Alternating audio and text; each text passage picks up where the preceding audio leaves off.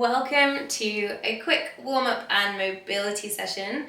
I hope you can use this before going into other classes, or maybe just to start your day to get each of your joints moving a little bit and get your body feeling prepared and ready. We'll start with our shoulders, nice and simple. Standing or seated, just begin with some rolling of the shoulders, taking those back.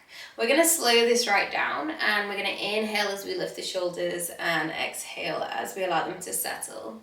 Two things to think about here. First, opening and finding broadness across your collarbones.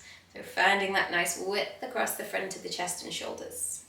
Secondly, imagining your shoulder blades just settling down towards your buttocks. So rather than forcing, allowing them to settle, let them feel heavy. So we've got the widening at the front of the body and the settling sensation at the back. This is going to give you some gorgeous movement into your upper spine, but it's also going to just allow your shoulders permission to let go of any tension. Inhale as you lift, and exhale as you settle. Inhale as you lift, and exhale as you settle. Settling those shoulders gently down, settling shoulder blades down towards the bottom, and letting go of any effort there. Take your chin, drop it towards your chest, and start to roll your heads, your chin, side to side, across the pectorals. As you roll your chin across the pectorals, you should feel that stretch in the back of your neck, just gently transitioning left to right, taking your time here. There might be some clunks or some crinkles that you need to work through. Or if there's any pain, feel free to avoid that deeper range. Bring the chin back to the chest and rebuild the neck above the rest of the spine. Hands onto your hips. Lift one heel off the ground and then swap and change to lift the other heel. So you're starting to pedal out through your heels now, getting a little bit of work around the musculature of the ankle. Spreading the toes nice and wide, using the toes and the balls of the feet as your main base of support. And instead of just letting your heels fall down without thought, we're going to intentionally push our heel down towards the mat. So think about that heel gradually getting closer to the mat, and then lift and change. Think about shifting your weights, loading one side of the body, then loading the other. Still finding that control down with the heel. And a nice tall ankle as we stretch up. So we've got this kind of up and over sensation, up and over. Just loading each leg, starting to get those ankles and legs warmed up for us. You could go a little bit faster if you wish. If you're going faster, please pay attention to keeping those hips in the neutral position. So that's that imaginary water basin, and imagining keeping that water basin nice and full so you're not spilling any water out either side. Bringing those heels both back towards the mat now. Thinking about the arches in your feet, we want to try and keep this nice arch under here. I like to suggest to my customers to imagine there's a blueberry underneath that arch, and you do not want to squash it. So start to then gently roll your ankles in and out, but keeping your blueberry intact. That stops you from overpronating and stops the foot from collapsing inwards. So we're working this ankle rolling, but keeping the integrity of the arch in our foot. You'll feel the weight in the heels. You'll feel the weight shift from the inner ball to the outer ball of the foot and back again. So you've got that transition over the transverse arch, okay, which is that arch that goes side to side across the foot. And we're maintaining this nice linear arch that we're mostly familiar with. Go a little bit faster if that's working well. And then maybe just loading a bit more weight onto one leg. See if you can roll the ankle with a bit more load through it. Still keeping the blueberry intact and alive. Relax your toes a little bit if you're overly gripping with toes. And change to the other leg, loading there. And rolling your ankle. Keeping the blueberry alive, keeping the toes relaxed if we can. Weight shifts back to center, nice and even work through both ankles, through both knees, and through both hips. Hands onto your hips, and soften through the knees. Taking a bit of weight into the balls of the feet, a little bit of weight in the heels so that we've got that nice even weight distribution. Lengthen through your lower back. So for some of you, including me, I have quite an arch here, so I have to remind myself to just lengthen my arch. Some of you may have this upper back that rounds slightly. You may need to remind yourself to draw your shoulder blades down your back so that we can find this length from crown to tailbone to find a fairly neutral spine there. From this nice squat position, we are going to stretch up tall and rise up to the tiptoes. Heels back down, lengthen your sit bones, back, back, back, back, back. Nice length from crown to tailbone. Push down through the floor, squeeze the glutes and lift through the crown. Heels down, lengthen the sit bones back behind you. And again, squeeze the glutes, lift through the crown. So we go inhale as we travel down. Exhale as we come tall. Good, inhale into your squats. Exhale as we come tall. Let's add in arms. So as we inhale, arms forwards. As we exhale, push arms back. Inhale into your squats. Exhale, lift that crown, push the palms. Inhale, lengthen sit bones. Exhale. Your ankles, your knees and your hips need to bend to get a good squat. Good, inhale. All your knees traveling forwards in line with your toes. We don't want any knees rolling into the center, into the midline. Good, keeping adjusting for the balance. We've got 2 more here. Inhale as you lower. Exhale as we come tall, release heels and take a moment. Moving into our static lateral lunges, we're going to take a slightly wider position here with the feet.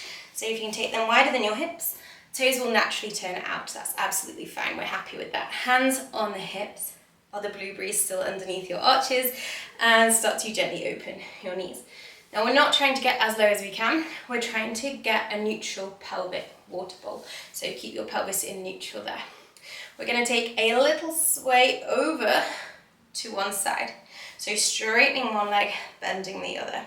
Now you don't want to overload the kneecap or overload the toes, so try and keep the weight in sort of the ball of the foot and the heel. That will help to take some pressure off the kneecap and off the toes. And back to center, simple as that. You might need to go a bit wider or a bit narrower to make your knees and hips happier, but we're going to bend through the knee, push away from the mat. Bend the knee, push away from the mat. That knee wants to travel in line with your second toe, so the one next to your big toe. That's the kind of trajectory, the kind of direction that you want to send your knee in.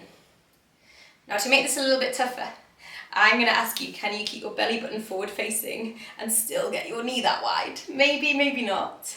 Focus on the knee, that's the more important of the two. But if we can try and get ribs and belly button forward facing, we're going to get a really nice opening stretch at the hip there. And let's go for one more. And back to center. We just change legs, so adjust feet as you need to, and softening one leg, straightening the other. Good. Again, looking for quite a neutral pelvis if we can. So if you imagine that bowl of water again, we're trying to keep that ever so steady. Taking your knee in line with toe number 2. Good. How's your blueberry? Just a little check-in for me there. That's it. I really like these static lunges because they give you loads of time to make the adjustments that you need. Okay, so your hips and your knees can be healthy and be happy. They're really nice and stretchy, but they're also quite strong because you get that single leg work, so you press away from the mat, and actually it's quite a lot of work through just one leg. Let's go 2 more. Nice. And last one. Back through to center, bring those feet back into a parallel position, ready for our mermaid. We're going to take a reach off the center line, so stretch your shoulder girdle away.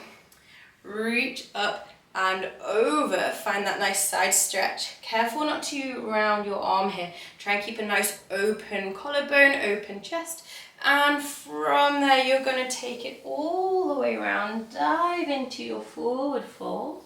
Soften your knees and push down away from the mat as you rebuild your spine up nice and tall to that tall posture again. Other side, so we take a side reach off the center line. Big stretch up and over and follow that arm round in an arc into your forward fold. Soft knees and rounding as you push away through the mat. Neutral hips, rebuilding the spine above the pelvis, the neck above the back. and side reach. Big stretch up and over, keeping a nice open shoulder girdle, and forwards into your forward fold. Rolling back up then through the midline, rebuilding and articulating that spine as you go. Side reach, stretch up and over, follow it through to forward fold, and then rolling back up again. Here for 2 more. Let's go. Side reach, stretch up and over into forward fold, and rolling back up, starting to get a little bit of heat as we take our spine in every different direction here. Forwards to forward fold, and rolling back up through the body, bringing that nice and tall. Now, if you've got a wall handy, really, really good for this one. You can do it without a wall, but if you can stand by a wall and bring your arms beside you like angel wings, we're gonna go for our wall angels. So you start to bring your elbows down. They wanna squeeze towards the base of your rib cage and then glide up. So think about shoulder blades drawing down, down, down, down, down your back and gliding up. Drawing down, glide up on the inhale. This is a really nice exercise because it starts to activate some of the muscles in your back, but also those muscles that are kind of involved with the postural elements. So we've got sort of rhomboids and traps starting to squeeze and engage. Think about drawing your elbows down to the ribs, good squeeze. Inhale, release, we get this gliding and elevation of the shoulder blades. And then this drawing down of shoulder blades. And another 3, 2, and finally 1, and releasing that. Onto your mat again, about parallel width through the feet. I'm going to show you sideways on. Knee bending, find that tallness from crown to tailbone, finding the tiptoes. So in a bent knee tiptoes posture. Push your palms back behind the body and start to pump or pulse your palms to the wall behind you. Lengthen tall through the crown, lengthen down through the tailbone. And support by squeezing around your pelvis. Now these aren't wide pulses out and in, they're pulses forwards and backwards, squeezing into the backs of the arms. And breathe here. 5, 4, 3, 2, and 1. Heels down, big reach and stretch up. As you stretch up here, reach for the sky, lift up to the tiptoes, see if you can go a little bit taller.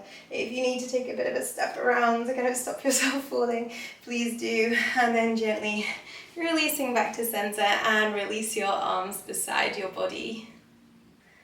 Thank you so much for joining me for this mobility warm-up, and I hope you enjoy the rest of your day or the next class that you go on to do. I'll see you on the next video.